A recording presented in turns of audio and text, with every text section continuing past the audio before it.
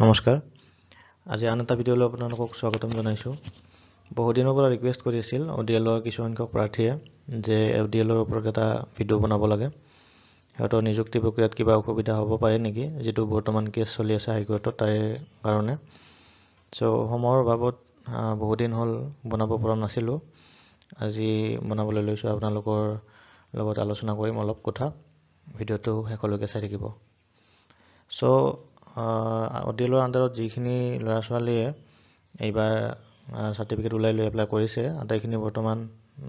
চিন্তাত আছে থাকিব লগা কথাও যেহেতু এটা কেছ সিহঁতৰ ওপৰত বৰ্তমান চলি আছে নিযুক্তি প্ৰক্ৰিয়াত সিহঁতে মানে যোগ্য নহয় বুলি সো মোৰ ফালৰ পৰা চাব গ'লে বহু বেছি অসুবিধা নহব যেন লাগে কাৰণ আপোনালোকৰ কোৰ্সটো 2 বছৰীয়া আছিল আৰু আপোনালোকে কোনো ভুৱা সাৰ্টিফিকেট লৈ এপ্লাই কৰা নাছিল আৰু এডভাৰটাইজমেন্টত লিখাই আছিল যেহেতু 2 বছৰীয়া কোৰ্স বুলি আপোনালোকৰ যেহেতু 2 বছৰীয়া কোৰ্স সেই হিচাপত একো প্ৰবলেম নহব যেন লাগে আৰু আপোনালোকে মানে এটা প্ৰসেছৰ মাজেৰে গৈ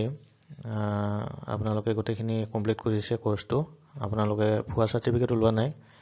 আৰু লগতে এডভাৰটাইজমেন্টত যেহেতু লিখা আছিল 2 বছৰীয়া কোৰ্স আৰু তাতে এইটো বস্তু লিখা নাছিল যে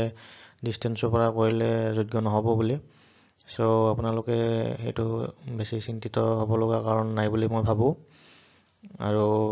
হাইকোৰ্টে আমাৰ অনাৰেবল হাইকোৰ্টে কি ৰায়দান দিয়ে হেতু চাই লও তথাপি মোৰ ফালৰ পৰা চাব গলে মানে বহুত বেছি চিন্তাত থকাৰ আৱশ্যক নাই বুলি ভাবো মই ধৰক 1-2 মাহৰ ভিতৰত